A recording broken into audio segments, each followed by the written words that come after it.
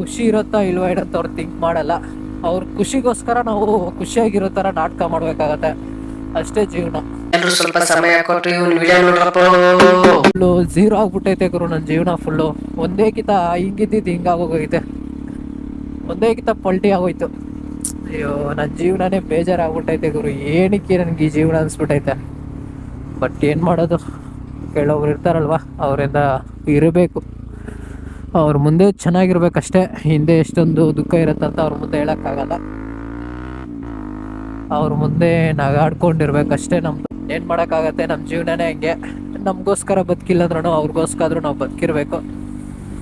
ಅವ್ರ ಖುಷಿಯನ್ನು ನಾವು ನೋಡ್ಕೊಂಡಿರ್ಬೇಕಷ್ಟೇ. ನಮಗೆ ಖುಷಿ ಇರುತ್ತಾ ಇಲ್ವಾ ಇಡತ್ತ ಅವ್ರು ಥಿಂಕ್ ಮಾಡಲ್ಲ.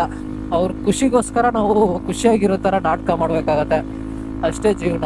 ನಮ್ಮಿಂದ ಎಷ್ಟು ಪೇನ್ ಐತಂತ ನಮ್ಮ ಹತ್ರನೇ ಗೊತ್ತಾಗತ್ತೆ, ನೋಡೋರ್ಗೆ ಏನು ಗೊತ್ತಾಗತ್ತೆ ಹೇಳಿ. ಅದಕ್ಕೆ ನೋಡೋವ್ರ ಮುಂದೆ ನಗ್ನಾಗ್ತಾ ಇರಬೇಕು. ಆಮೇಲೆ ಹಿಂದೆ ನನಗೆ ಫುಲ್ ಸೈಕ್ ಆಗಿ ನಾನೇ ಫುಲ್ ಡಿಪ್ರೆಷನ್ಗೆ ಹೋಗ್ಬಿಡ್ತೀನಿ ಗುರು.